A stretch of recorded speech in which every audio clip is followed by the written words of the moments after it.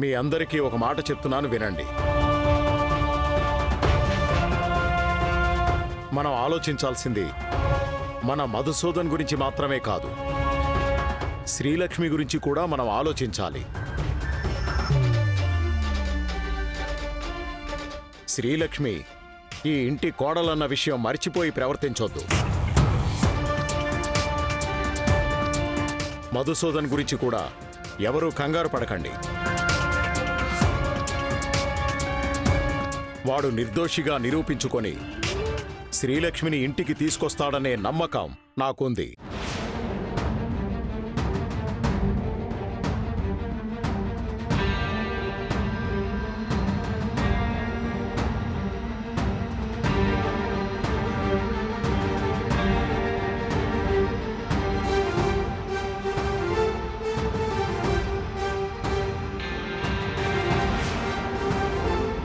Excuse me sir, municipal commissioner Nagabhushanam గారు పంపించారు.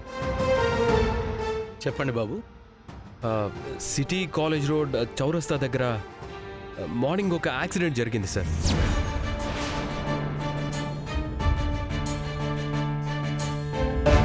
ఇది మీ ఏరియాలోకి వస్తుందని భూషణం గారు చెప్పారు. ఆ యాక్సిడెంట్కి సంబంధించిన సీసీటీవీ ఫుటేజ్ కావాలి సార్, ప్లీజ్. భూషణం గారు చెప్పారా?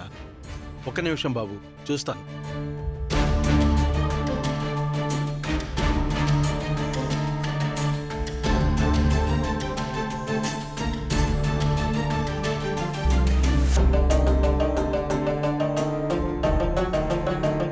సార్ అది కొంచెం బ్యాక్. ఓకే.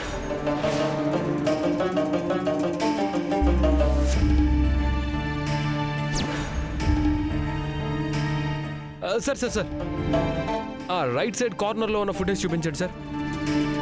ఓకే బాబు.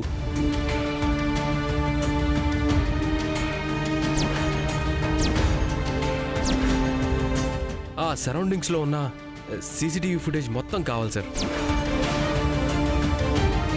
ఇదిగో బాబు చూడు.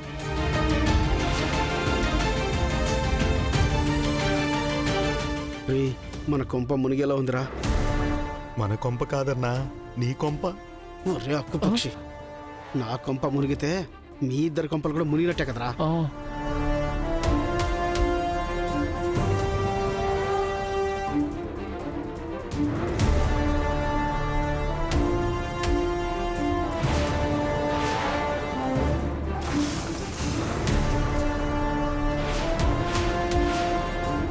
అదేంటి, ఎవరో కావాలని కారు కింద పడ్డాడు?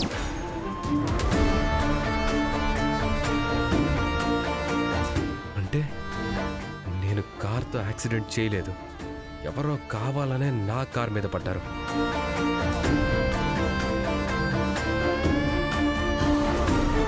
కావాలనే ఎవడో రక్తంలాగా జ్యూస్ పోసుకుంటున్నాడు. సార్ ఒక్కసారి రివైండ్ చేసి ప్లే చేయండి సార్. ఓకే బాబు.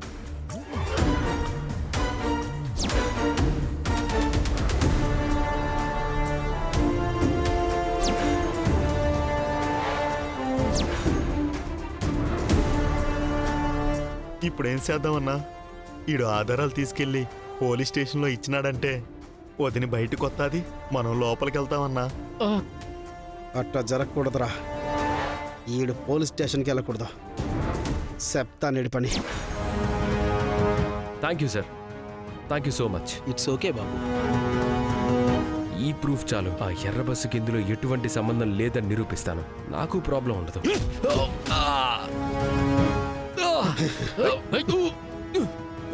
నిన్ను కేసులో ఇరికించి కొంతకాలం శ్రీలక్ష్మికి దూరంగా ఉంచితే సరిపోతుంది అనుకున్నాను, కానీ నువ్వే అనవసరంగా పానం మీదకి తెచ్చుకున్నావు. రేయ్, ఆ ఫోన్ ఎక్కడుందో ఎతకండ్రా. అలాగే అన్నా.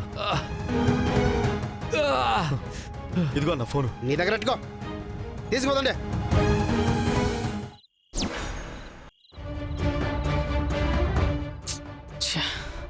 ఏమైందబ్బి?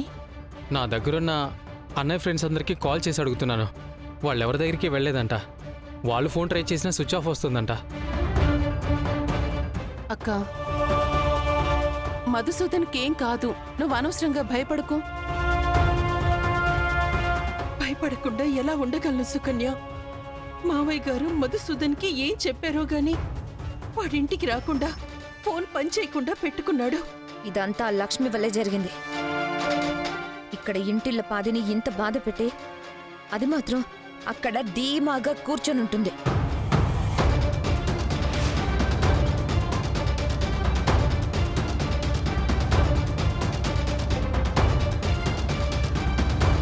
మన గురించి కానీ మ్యాడీ గురించి కానీ కనీసం బాధ కూడా లేకుండా ఉండుంటుంది.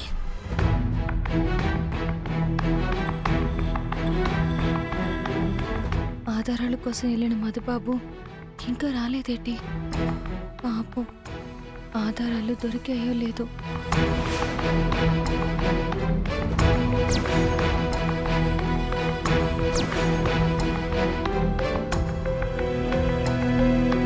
మధుబాబుకి ఆధారాలు దొరక్క రాలేదా? లేదంటే నా మీదున్న కోపంతో ఆధారాలు దొరికినా రాలేదా? నన్ను నిరికించి శ్రీలక్ష్మిని నాతో పాటు ఊరు తీసుకెళ్దాం అనుకుంటుంటే నువ్వు నన్నే ఇరికించి నాకు శ్రీలక్ష్మికి దూరం పెంచాలని చూస్తావా? నా నుంచి నువ్వు ఎలా తప్పించుకుంటావో నాను చూస్తాను. కట్టండి రా. లేదు లేదు, మధుబాబుకి ఇప్పుడు నా మీద కోపం కన్నా నన్ను బయటికి తీసుకురావాలి అన్న తపనే ఎక్కువ ఉంది. మధుబాబు కళ్ళల్లో నాకు ఆ తపన కనిపించింది.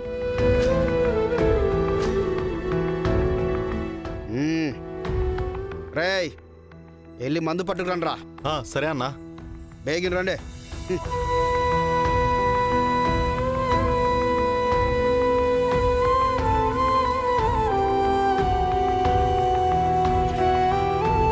ఇంతకీ మధుబాబు ఏం చేస్తున్నారు? నన్ను ఎలాగైనా బయటికి తీసుకురావాలని ఆలోచిస్తూ ఉంటారా? మధుబాబు తిన్నారో లేదో?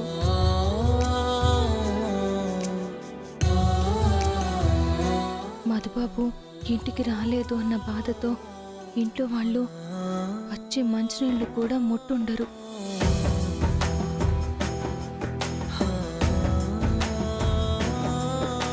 యాడున్నారు మధుబాబు? బేగి రండి మధుబాబు.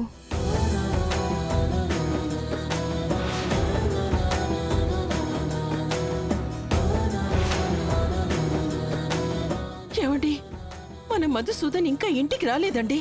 నాకు చాలా భయంగా ఉందండి. చిన్నోడా, నాన్నగారు, వివరాలు ఏమైనా తెలిసాయా? అదే పనిలో ఉన్నాను నాన్నగారు.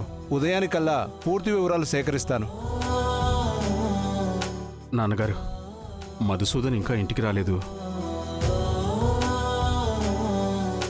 ఇంటికి రాకపోవడం మాత్రమే కాదు నాన్న, మ్యాడీ ఫోన్ కూడా స్విచ్ ఆఫ్ అని వస్తుంది. అసలు వాడు ఏమయ్యాడో ఎక్కడున్నాడో ఏం అర్థం కావడం లేదు.